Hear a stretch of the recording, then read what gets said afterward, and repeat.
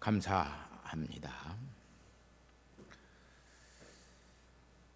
오늘 본문에서 말하고 있는 모든 성경은 구약 성경을 이야기합니다. 그 구약 성경은 다시 말하면 하나님의 감동으로 되었다 그래요. 데오스라고 하는 하나님이라고 하는 말과 푸네오, 숨쉬다라고 하는 그 두 말이 합쳐져서 감동이라고 하는 말을 데오프노투스라고 이야기하고 있어요. 하나님의 감동은 뭐냐?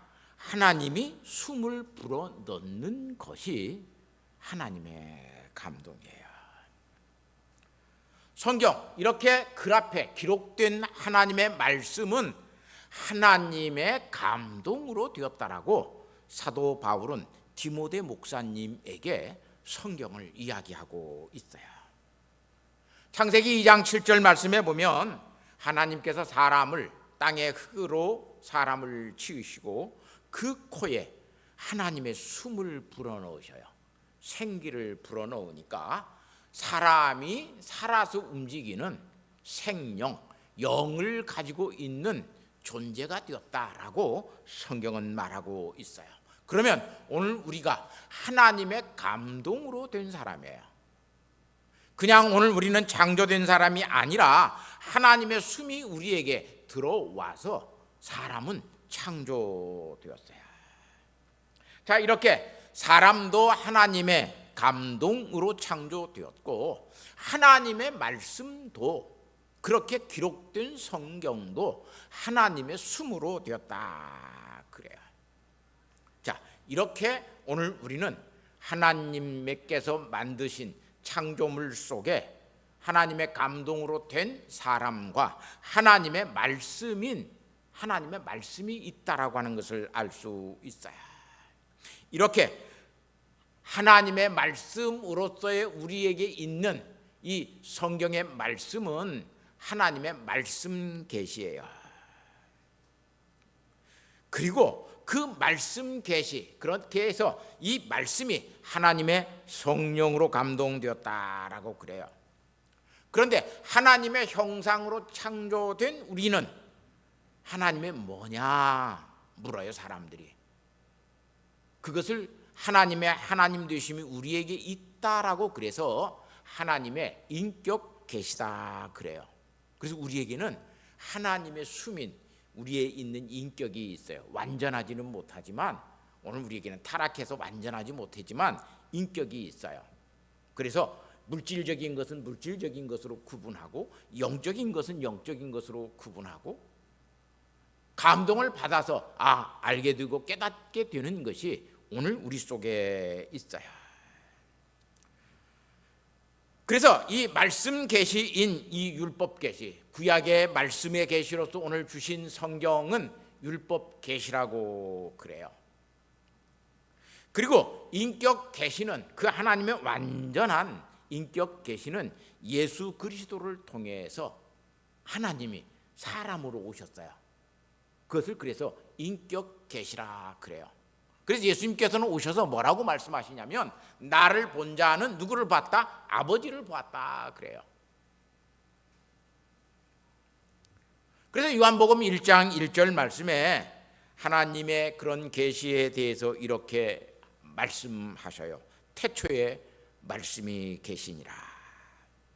이 말씀이 하나님과 함께 계셨으니 이 말씀이 곧 하나님이시라 그래요.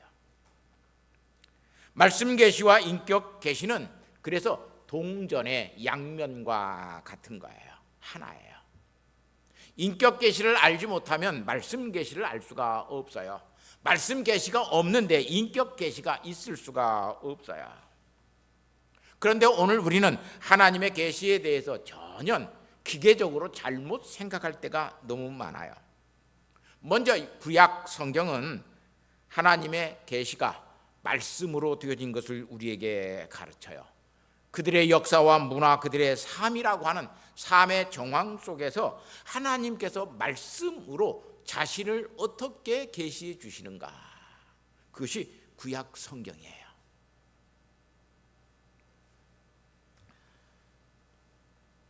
특별히 이 히브리 성경은 우리의 성경과 순서가 달라요. 먼저 토라라고 하는 가르침이라고 하는 말이에요. 히브리 말로 토라라고 하는 말은 가르침이라고 하는 말이에요. 이 가르침이라고 하는 이 토라 부분에 모세 오경이 제일 먼저 나와요. 창세기, 출애굽기, 레위기, 민수기, 신명기, 이 모세 오경이 토라라고 하는 부분에 나와요. 그 다음에 두 번째 느비임이라고 하는 이 부분에서 예언서예요. 하나님께서 이스라엘 백성들에게 말씀으로 설교한 것들이 무엇인가, 어떤 설교자들을 세워서 하나님께서 말씀하셨는가라고 하는 그 설교에 대한 것, 예언서라고 그래요. 그래서 예언서, 전기 예언서 4권이 먼저 거기 나와요. 여호수아, 사사기, 사무엘 상하, 열왕기 상하가 나와요. 그리고 후기 예언서로 15권의 성경이 이 느비임 부분에 있어요. 이사야, 예레미야, 에스겔, 호세아, 요엘, 아모스, 요바나, 요나, 미가, 나훔, 하박국, 스바냐, 학개, 스가랴, 말라기가 거기에 나와요. 우리 성경은 말라기가 맨 뒤에 나오는데 히브리 성경에는 그러지 아니에요. 세 번째는 케두빔이라고 해서 성문서라고 하는 거룩한 글들이라고 해서 그 부분에 그렇게 표현되어 있어요. 여기에 시편, 잠언, 욥기, 아가, 룻기, 에레미야, 에가, 우리는 에레미야서 다음에 에가가 나오는데 거기에는 이게 성문서예요. 에레미야, 에가, 전도서, 에스더서, 다니엘서, 에스라서, 느헤미야서, 역대, 상하, 우리는 열왕기가 나오고 그 뒤에 역대 상하가 나오는데 역대 상하는 그냥 거룩한 글들이에요. 이렇게 우리가 가지고 있는 성경과 순서가 다르게 되어져 있어요. 우리의 성경은 먼저 율법서가 나오고 그 다음에 역사서가 나와요. 이 역사서는 히브리 성경에 있는 느빔이라고 하는 부분과 케두빔의 부분들을 발췌해서 거기다가 같이 만들어 놓았어요. 그리고 세 번째 시가서와 지혜서가 나와요. 케두빔에 있는 거룩한 글들에 있는 시편, 잠언, 욥기, 아가서로 여기에 구분해 놓았어요. 그리고 네 번째의 예언서, 설교자들의 설교가 거기에 나오는데 구약에 여기에 느비딤이라고 하는 이 부분과 또 케두빔에 있는 성경들 몇 개를 가지고 와서 역사서로 편제해 놓았어요. 에레미야, 에가가 그래서 역사서 속에 들어왔어요. 다니엘도 거룩한 글들 속에 있었던 것을 다시 이 예언서 느비임 부분으로 가지고 왔어요. 에가도 이렇게 가지고 왔다라고 그랬어요. 자, 이렇게 해서 구약의 성경들을 표현하고 맨 뒤에 그래서 말라기가 우리 성경에는 와 있어요. 이렇게 구약을, 이런 성경을 가르쳐서 하나님이 우리에게 하신 옛 계약이다. 그래서 구약이라 이렇게 불렀어요. 그래서 이 히브리 사람들은, 히브리 유대인들은 이 구약 성경을 우리가 구약이라고 그들은 부르지 않고 타낙이라고 불러요. 타나크, 타낙 이렇게 불러요. 왜냐하면 토라라고 하는 그 토라의 첫 번째 글자와 느비딤이라고 하는 그 첫 번째 글자, 케두빔이라고 하는 세 번째 글자를 합쳐서 읽을 때 그게 타나크가 되어져요. 그래서 그들은 구약 성경이라고 말을 하지 않고 그들의 성경을 타낙이라고 그렇게 불러요. 그리고 유대인들은 이렇게 성경에 대해서 그들은 생각했어요. 첫 번째 율법서, 토라라고 하는 부분은 하나님께서 이스라엘 백성들에게 직접 계시하신 것이다 라고 유대인들은 그렇게 믿어요. 그러나 케두빔과 느빔, 다시 말하면 설교와 그들에게 있는 거룩한 글들은 하나님께서 직접적으로 한 것이 아니라 간접적인 계시로 하나님께서 이유대인들에게 준 것이다 라고 이야기를 해요. 그리고 유대인들의 전설 속에는 유대인들 히브리어의 22 자음이 본래 하나님께서 이스라엘 백성들에게 계시로 주신 것이다 그렇게 생각해요. 지금의 우리가 문화 이 언어학 속에서 보면 전혀 맞지 않는 이야기인데 그들은 태고에서부터 그렇게 생각을 하고 살았어요. 그 유대인들의 전설 신화에 보면 하나님이 말씀으로 세상을 창조하시려고 했을 때 하나님의 이 왕관에 히브리어 자음 22자가 있었다는 거예요. 그리고 하나님께서 세상을 창조하시려고 했을 때에 이 22자 이 히브리어 알파벳 자음이 이 면류관에서 하나씩 하나씩 내려와서 하나님 앞에 호소하였다고 그래요. 그런데 거기에 있는 베트라고 하는 히브리어 자음의 두 번째 글자가 하나님 앞에 이렇게 간청하였다 그래요. 이 베트가 내려와서 하나님 앞에 여호와께 영원한 복이 있으리라. 세상의 주님이시여 세상의 모든 만물이 하나님을 찬양할 것입니다. 그리고 아멘 아멘 했다라고 그래요. 이런 베트의 이 찬양을 듣고 하나님께서 베트를 통해서 하나님께서 세상을 창조하셨다라고 이야기를 해요. 그래서 이 하나님이 세상을 창조하시니라고 하는 이 창세기 1장 1절에 제일 먼저 나오는 말이 무슨 말이냐면 브레시트라고 하는 말이에요. 그래서 창세기라고 하는 말이 되었어요. 브레시트. 이 브레시트라고 하는 히브리 단어가 베트라고 하는 단어를 통해서 그 자음을 통해서 형성된 말이에요. 그래서 이 히브리 사람들은 알파벳도 하나님께서 이스라엘 백성들에게 주셨고 그 말로 히브리어 성경들이 기록되었다라고 이야기를 해요. 이렇게 그들은 성경에 대해서 신성한 생각을 갖고 하나님께서 그렇게 이스라엘 백성들에게 이 말씀을 계시해 주셨다라고 이야기를 해요. 이렇게 모세오경은 그래서 하나님의 직접적인 계시로 하나님께서 부르시는 대로 모세가 받아 적었다. 이런 생각들을 가지고 하나님의 영감에 대해서 생각을 했어요.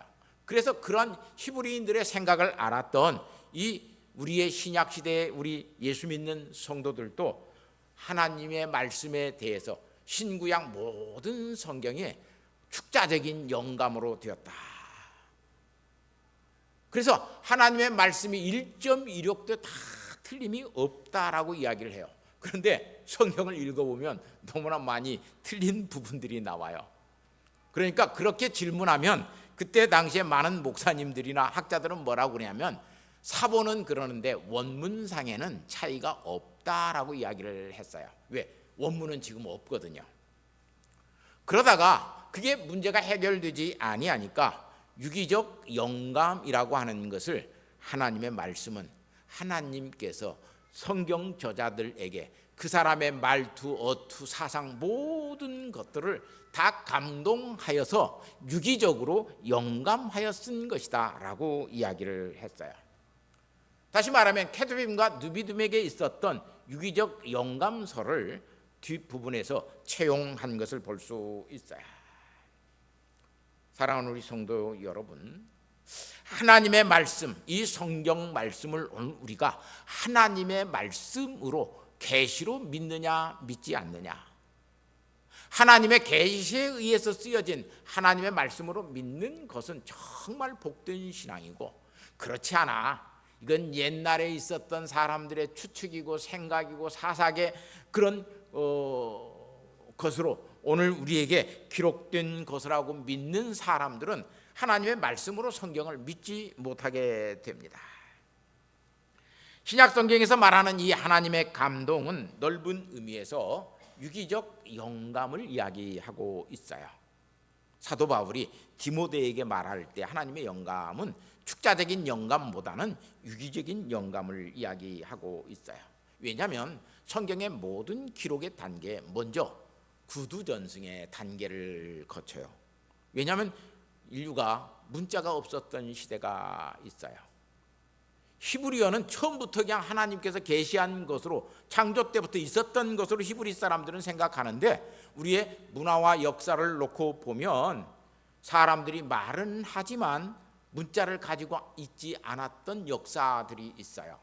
선사시대의 역사, 창조의 원역사 시대, 창세기 1장에서 11장까지는 문자가 없었던 시대의 이야기들이에요. 그래서 그런 이야기들이 구두전승의 단계를 거쳤어요.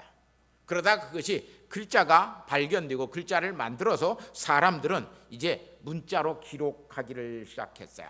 그래서 성경의 역사의 형성의 모든 것들을 배울 때 우리는 구두전승의 단계와 문서전승의 단계를 체계적으로 잘 배워야 돼요.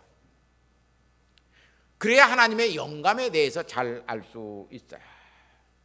구두전승의 단계에서는 이야기로 사람들이 그것을 계속해서 전승시켰어요. 그래서 설화라고 하는 말을 써요. 그리고 그 구두전승이 되었던 것들을 이제 글로 기록하게 되었을 때에 문서전승이라고 하는 문서전승이 나타나요. 이렇게 문서를 기록하여 문서가 계속적으로 전승되게 되었고, 그렇게 문서전승으로 구두전승이 문서전승이 되고 그냥 글로 기록한 것이 문서전승이 된 것도 성경에 있어요. 모세시대까지 창세기 1장에서 11장 또 12장에서 50장까지는 아브라함에서 요셉의 족장들의 역사를 거기에 기록해 놨어요. 이것은 구두전승의 단계를 거쳐서 모세시대에 모세가 정리해 놓은 거예요. 출애굽기 이후에 그리고 가나안 정착까지는 모세가 정리해 놓았고, 또 그뿐만 아니라 그것들이 여호수아나 이런 사람들을 거쳐가면서 문서화되었다고 볼 수 있어요. 글자가 없었던, 문서화될 때까지 글자가 없었던 시대는 그래서 구두전승의 단계가 있었어요. 우리가 창세기 12장에서부터 그 뒤에 2장 구약의 역사는 대개 역사적으로 BC 2150년에서 440년, BC 440년간에 그 약 한 1800년, 대략 한 2000년의 어간에 관계되는 것들을 창세기 12장에서부터 기록해 놓고 있어요. 모세가 이렇게 하나님의 율법책을 기록해 놓았고, 그 율법책을 여호수아가 다시 기록하고 이스라엘 백성들에게 문서로 전승하고 있음을 우리는 성경을 통해서 알 수 있어요. 그래서 여호수아서 1장 8절, 8장 31절에 보면 이 율법책을 내 입에서 떠나지 말게 하며 라고 여호수아가 이야기를 해요. 또 8장 31절에 보면 모세의 율법책에 기록한 대로 그렇게 여호수아가 이야기를 해요. 그러니까 이미 모세 시대에 이렇게 정리되었던 문서전승이라고 하는 단계가 나타났다라고 하는 것을 알 수 있어요. 그러면서 이 문서전승의 단계가 가나안 정착 이후에 사사 시대가 시작됩니다. 그리고 사울과 다윗, 그리고 이렇게 초기 이스라엘의 왕정 시대가 이루어져요. 이러한 하나님의 계시가 여호수아와 사무엘 상하까지 BC 약 772년에 북이스라엘이 아수르에 망하게 됩니다.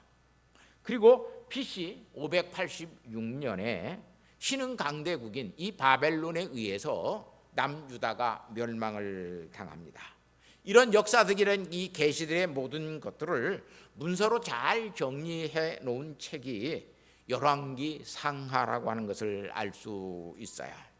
그래서 열왕기상 11장 41절에 보면 그런 문서로 정리된 책들이 그들에게 있었다라고 하는 것을 우리에게 밝혀주고 있어요. 열왕기상 11장 41절에 보면 솔로몬 왕의 남은 사적과 그의 행한 모든 일들은 솔로몬의 실록에 기록되었다 그래요. 또 왕상 14장 19절에 여로보암의 남은 사적은 이스라엘의 왕 역대 지략에 기록되었고, 열왕기상 14장 29절에 르호보암의 남은 사적은 유대왕 역대 지략에 기록되었다.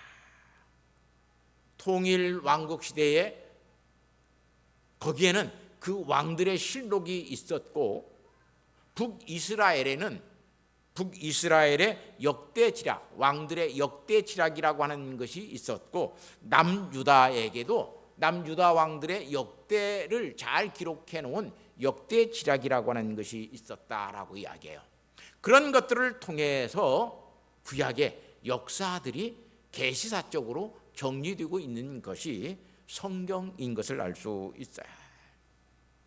이렇게 하나님의 말씀의 이 계시는 하나님의 약속에 근거해서 그들이 이스라엘 백성들의 역사를 어떻게 이해했고, 그런 이해 속에 있는 그들의 사료를 어떻게 정리했는가를 오늘 우리는 성경을 통해서 알 수 있어요. 그래서 이들의 역사 속에 있는 이 하나님의 말씀 계시는 그들의 신앙을 옳게 만들고 하나님을 어떻게 신뢰하면서 살아야 되는가라고 하는 것들을 직접적으로 우리에게 보여주고 있어요. 바벨론의 그 모든 패권주의를 무너뜨리고 새로운 패권을 잡은 신흥 강국인 페르시아라고 하는 이 사람들은 바벨론과는 전혀 다른 정책들을 써요. 바벨론은 사람들을 포로로 다 끌고 갔는데, 이 페르시아라고 하는, 이 바샤라고 하는 나라는 그들이 바벨론을 무너뜨리고 유대인들을 다시 고국으로 귀환시켜요. 자, 이렇게 큰 제국들, 아수르, 바벨론, 페르시아, 이런 모든 나라들이 멸망당하고 다시 일어나고 하는 일들을 통해서 하나님은 이스라엘 백성들에게 역사의 주권자는 바벨론의 왕들이 아니다, 페르시아의 왕들이 아니다, 아수르의 왕들이 아니라 하나님이 역사의 주권자이신 것을 그들에게 계시로 말씀하고 계셔요.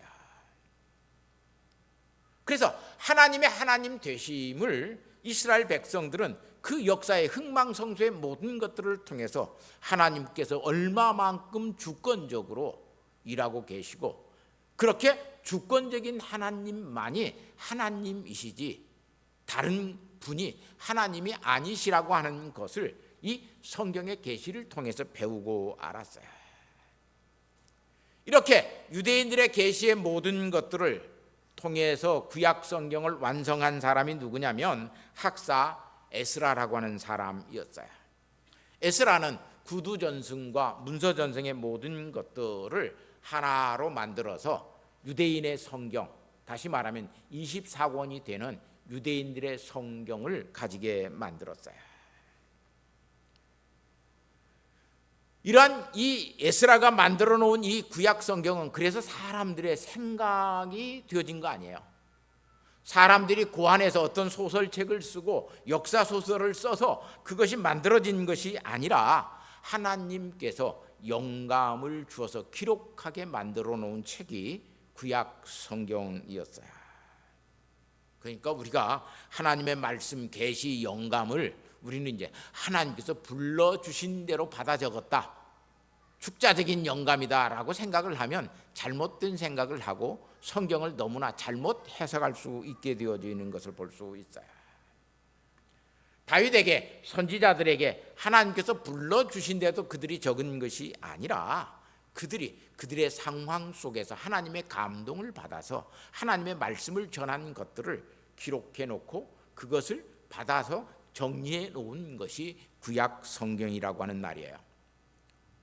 사람들의 그래서 자유적으로 꾸며낸 이야기, 그 속에 들어가 있지 않아요. 오직 하나님께서 감동하여서 기록된 것들이 성경에 들어가 있어요. 이렇게 구약 성경에 계시는 하나님의 약속으로부터 시작됩니다. 창세기 1장에 보면 하나님께서 세상을 창조하시고 하나님의 크신 뜻이 뭐냐면 생물들이 번성하는 거였어요. 그래서 창세기 1장 28절에 하나님이 그들에게 복을 주시며 이르시되 생육하여 번성하여 땅에 충만하라. 땅을 정복하라. 바다의 물고기와 하늘의 새와 땅에 움직이는 모든 것들을 다스리라. 이게 누구에게 주신 약속이냐면 사람에게 주신 약속이에요. 생물의 모든 것도 번성하는데 그 번성하는 모든 것들을 다스릴 수 있는, 그들에게 다스림을 받는 것이 아니라 그들을 다스릴 수 있는 책임과 그런 권한을 누구에게 줬냐면 사람에게 주었어요. 그래서 사람을 향해서 사람들은 만물의 영장이다 이렇게 이야기를 해요. 그런데 창세기 3장 1절에 와서 놓고 보면 사람이 생물들을 다스리는 것이 아니라, 동물들을 다스리는 것이 아니라 뱀의 다스림을 받게 되어요. 그래서 하나님과의 언약의 관계가 창세기 3장 1절에 와서 보면 깨지고 있어요. 뱀을 다스려야 되는데 뱀으로부터 사람이 다스림을 받아요. 그래서 결국은 아담은 그런 하나님의 다스림의 모든 것들을 자연 피조물 속에, 생물 속에 드러내지 못하고 뱀의 다스림을 받은 것 때문에 성경은 아담이 저주를 받아요. 그래서 평생 수고해서 그 땅의 소산을 먹고 살아야 되고 너는 죽어서 흙으로 돌아갈 것이라고 말씀하고 있어요. 창세기 5장 이하에서 보면 아담 이후의 사람들이 그래서 계속해서 거기에 보면 낳고 죽고가 반복이 되어요. 그러다가 노아 시대에 와서 하나님께서 세상을 심판하셔요. 창세기 6장 5절 말씀에 보면 여호와께서 사람의 죄악이 세상에 가득함과 그의 마음으로 생각하는 모든 계획이 악할 뿐임을 보시고, 세상에 하나님의 생각, 선한 생각을 가지고 사는 사람들이 아무도 없게 되었어요. 오직 노아만 하나님을 경외하고 살았어요. 그래서 노아를 의인이라고 성경은 이야기하죠. 하나님을 믿는 사람이 노아밖에 없었어요. 그래서 하나님의 말씀을 이제 노아가 그래서 하나님의 말씀을 믿어요. 내가 물로 이 세상을 심판하실 것이라고 하는 하나님의 말씀을 믿어요. 그 하나님의 말씀 계시를 노아만 믿어요. 믿을 뿐만 아니라 하나님의 말씀에 노아가 어떻게 해요? 순종해요. 배를 만들어라. 그러니까 배를 만들어요. 그 배 만든다라고 하는 것이 그렇게 썩 순종하기 좋은 일은 아니에요. 배는 어디에서 만들어야 돼요? 바다에서 만들어야 돼요. 근데 하나님은 어디서 만들려고 그래요? 산에서 만들려고 그래요. 근데 노아가 만들어요. 그게 신앙인 거예요. 그래서 노아를 하나님께서 방주를 만들게 하시고 노아 홍수 후에 노아와 언약을 세우셔요. 그걸 우리는 노아의 언약 또는 일명 무지개의 언약이라 그래요. 창세기 9장 11절 말씀을 보면 내가 너희와 언약을 세우리니 다시는 모든 생물을 홍수로 멸하지 아니할 것이다. 땅을 멸할 홍수가 다시는 있지 아니할 것이다. 그리고 13절에 그 언약을 세우시고 그 언약의 표징으로 무지개를 두셔요. 무지개를 구름 속에 두었나니 이것이 나와 세상 사이에 있는 언약의 증거라고 성경은 이야기하고 있어요. 그런데 노아 이후의 사람들이 하나님의 그 약속을 믿지 아니해요. 다시는 홍수로 세상을 멸하지 않겠다라고 그러는데 사람들이 다시 하나님이 홍수로 세상을 멸하면 어떻게 할까? 우리가 세상 하늘 꼭대기까지 닿는 탑을 쌓아서 거기에 가서 거하면 하나님이 홍수로 우리를 멸망시키지 못할 거야. 그래서 하나님의 약속을 믿지 아니하고 사람들은 바벨탑을 쌓기 시작해요. 이렇게 하나님의 약속을 아무도 믿는 사람이 없었어요. 그래서 하나님은 언어를 혼잡게 하셔서 그들을 다 흩어버려서요. 그래서 동서남북으로 흩어진 사람들이 여기저기서 살고 있어요. 그런데 그런 시대, 그런 환경과 여건 속에서 하나님이 아담을 흙으로 창조하셨듯이 이제 하나님을 믿지도 않는 사람들 속에 한 사람을 택하셔요. 갈대아 우르에 살고 있는 아브라함이라고 하는 사람을 하나님께서 선택하셔요. 아브라함은 노아처럼 하나님을 믿는 사람이 아니었어요. 뭐 전설에 아버지, 그 데라라고 하는 아버지가 우상 장사를 하는 큰 상인이었다라고 이야기를 하고 있는 걸 보면 아브라함은 하나님을 믿는 사람은 아니었어요. 단지 하나님께서 아브라함을 선택하신 것은 아브라함이 셈의, 노아의 후손 중에 셈의 족보 속에 있는 사람이었기 때문에 하나님께서 아브라함을 선택하셔요. 창세기 10장 1절 말씀에 보면 노아의 아들 셈과 함과 야벳의 족보는 이러하니라. 홍수 후에 그들이 아들들을 낳았으니 이렇게 말을 해요. 그러면서 거기에 보면 하나님은 셈이 종이 되고 하나님이 야벳을 창대케 하사 셈의 장막에 거하게 하시고 하나님은 그의 종이 되게 하시기를 원하노라. 그래서 이 셈의 후손들을 하나님께서 축복하시는 것을 볼 수 있어요. 그래서 이 셈의 족보 속에 있는 아브라함을 하나님께서 선택하셔요. 흙으로 아담을 빚으시지 아무 믿음도 없는 한 사람 아브라함을 선택하셔서 하나님은 믿음의 조상이 되게 하셔요. 그래서 이 아브라함에게 아담 이후에 제 언약의 백성으로 아브라함을 택하셔요. 이렇게 아브라함의 언약은 하나님의 구원 역사의 약속이 결코 사람들에 의해서 취소되거나 없어지지 아니하고 하나님께서 계속적으로 하나님의 약속을 언약하신 것을 하나님께서 이루어 가시려고 계속 주권적으로 주도적으로 이루어 가시고 성취하신다라고 하는 하나님의 놀라운 은혜에 대해서 오늘 우리에게 깨닫게 해 주시려고 하나님께서 그렇게 기록하게 만들고 우리에게 감동하게 하시는 것을 볼 수 있어요. 이렇게 하나님의 언약과 약속은 시간과 역사를 지나서 계속적으로 하나님의 신실하심에 근거되어서 주권적으로 하나님이 이루어 가시는 것을 알 수 있어요. 그러니까 성경은 전혀 사람의 생각이나 사람의 축축으로 성경이 기록된 것이 아니라고 하는 것을 알 수 있어요. 하나님의 계시가 아니면 이루어질 수 없는 것들이 성경은 이루어져요.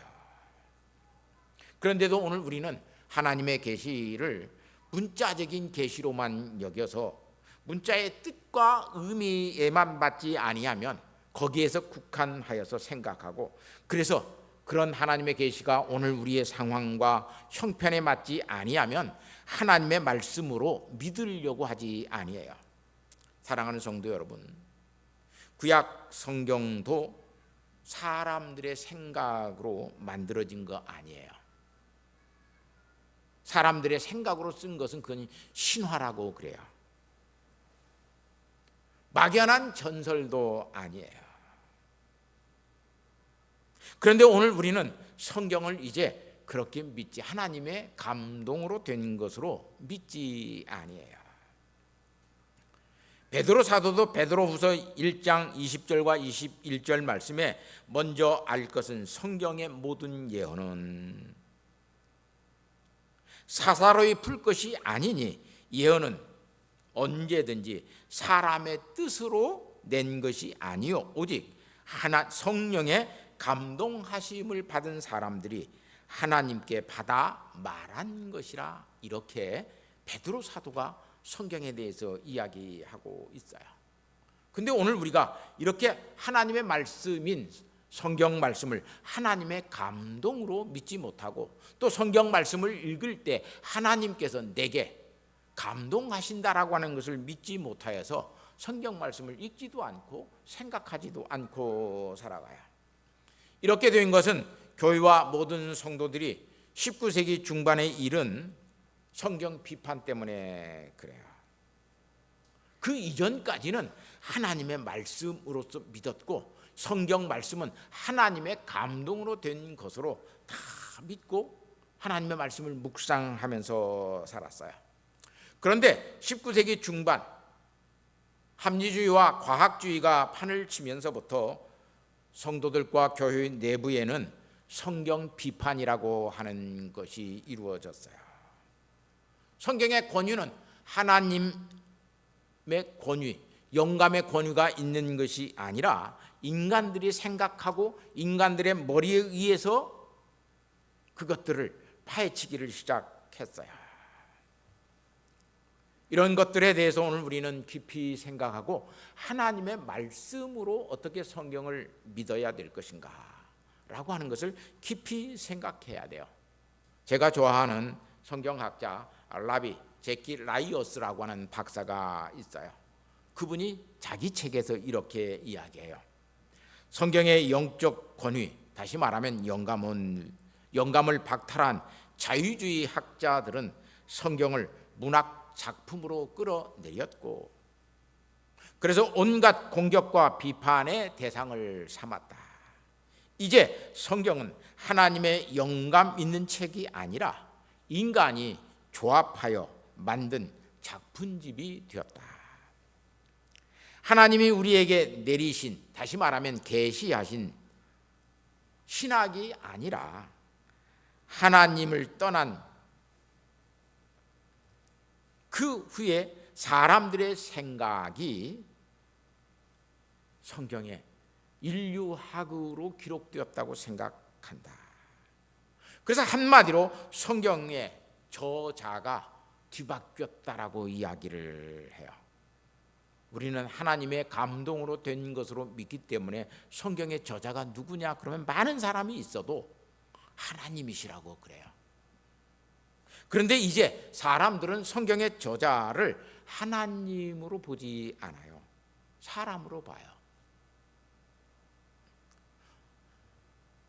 성경에 하나님의 감동이 있다라고 하는 것을 믿지 못하고 사람들의 생각, 사색이 성경 속에 있다라고 생각을 해서 이제는 성경을 믿지 아니에요.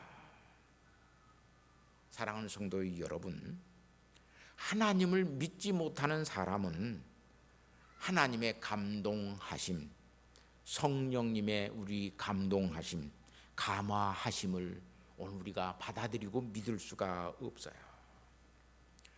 하나님의 말씀이, 다시 말하면 하나님의 숨이 데오프노투스라고 하는 이 말이 오늘 우리에게 임하고 있어요.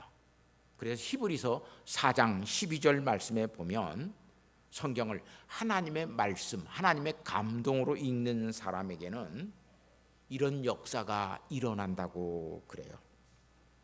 하나님의 말씀은 살아있고 활력이 있어 좌우의 날선 어떤 검보다도 예리하며 혼과 영과 및 관절과 골수를 찔러 쪼개기까지 하며 또 마음의 생각과 뜻을 판단하나니 지으신 것이 하나도 그 앞에 나타나지 않음이 없고.